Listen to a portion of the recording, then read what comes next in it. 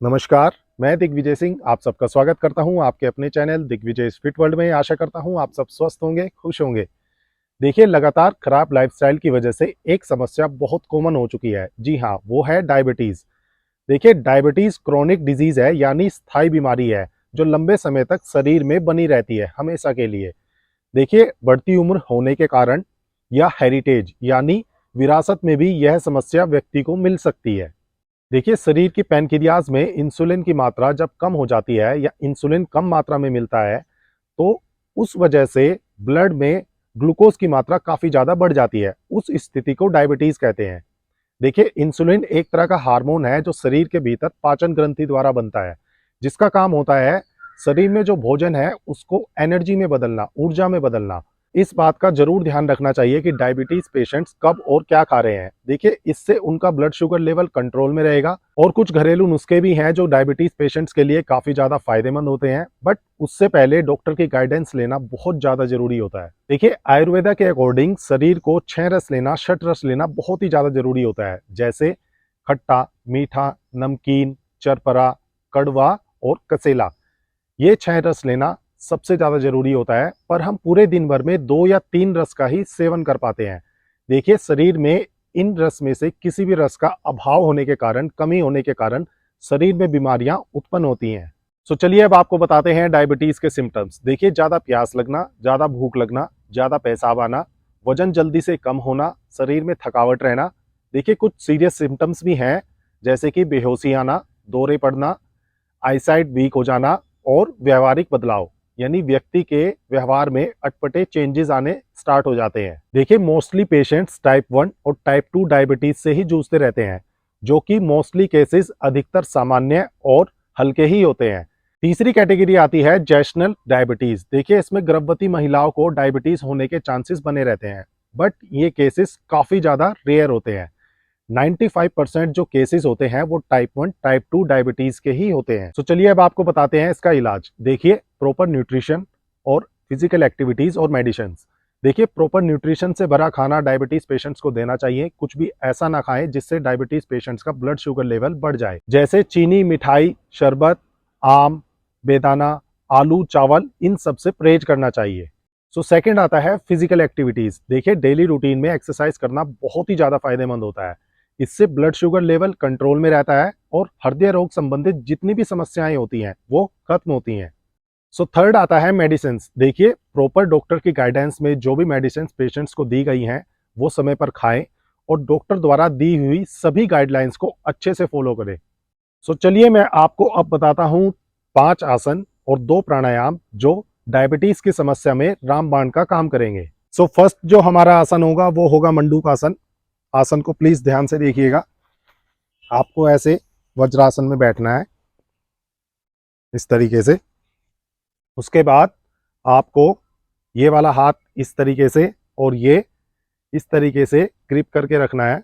इस तरीके से मुक्का बनाना है और इस ओर से नाभि, जो आपकी नाभि है, उस पर इस प्रकार रखना है और इस हाथ को इस प्रकार रखना है और गहरा लंबा एक श्वास लेना है और छोड़ते हुए पेट को अंदर खींचते हुए, दबाते हुए, और सर आपका डाउन नहीं रहेगा, सीधा रहेगा। इस तरीके से रखना है। कम से कम इसमें 15 से 20 या 30 सेकंड तक का आप होल्ड रखिए और इसके आपको 3 सेट करने हैं।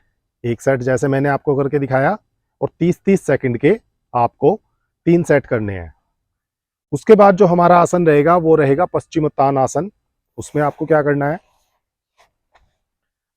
पाँव को सीधा लीजिए दोनों, ये ढीले नहीं रहेंगे, आगे की ओर इस तरीके से सीधा करके इनको एक्टिव रखिएगा पीछे की ओर। ये पूरे मसल्स पीछे की ओर एक्टिव रहेंगे।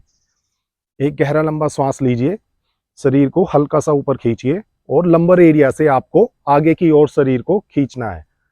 श्वास लीजिए, छोड़ते हुए आगे की ओर।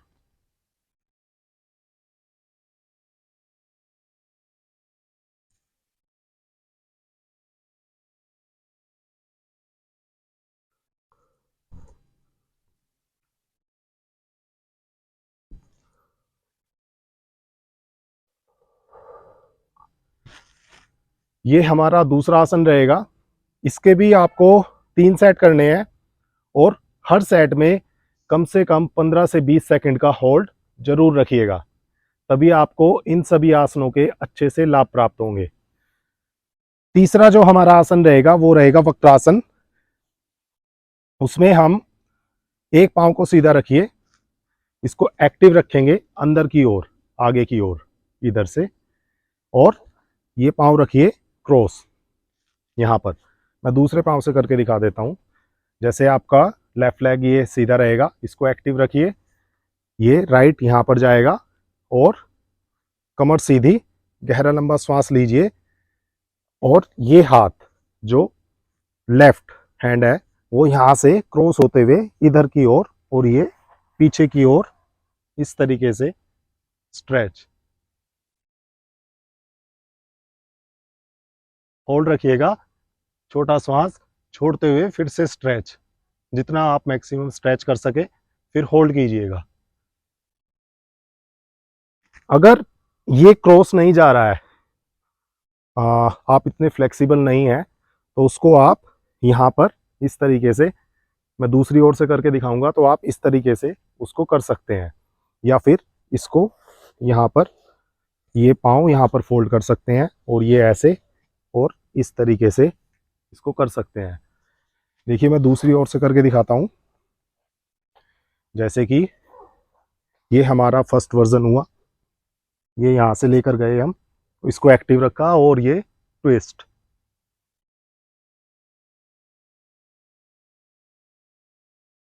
और ये सेकंड, आप यहाँ से इसको इस प्रकार भी कर सकते हैं और इस तरीके से भी कर सकते हैं।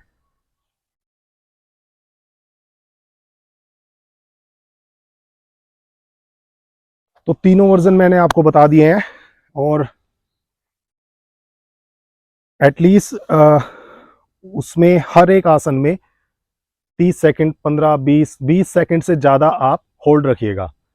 इनहेल और एक्सेल का जो प्रोसेस है वो ग्रेजुअली बढ़ता और घटता रहेगा, उस चीज़ का जरूर ध्यान रखिएगा, श्वास को रोकना नहीं है। सो फोर्थ जो हमारा आसन रहेगा वो रहेगा धनुरासन।